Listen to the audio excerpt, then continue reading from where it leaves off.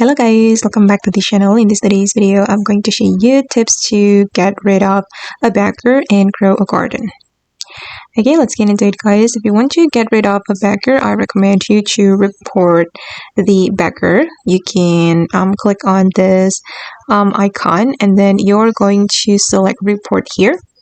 Okay, and then you can select either you want to report the experience or person, and since we want to get rid of a beggar, we can choose person, and then you can choose the type of abuse, and for example I'm going to choose text chat, and here you need to add the person that you want to report.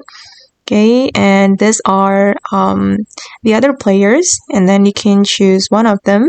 You can choose the beggar's account, and then you can select the reason for abuse.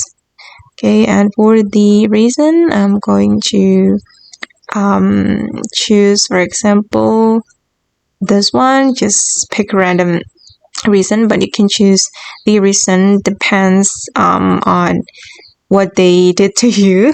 Okay, here and your onwards, you can help them to understand what went wrong, and then you can click on submit here. And I hope that this method can help you to get rid of a beggar and grow a garden.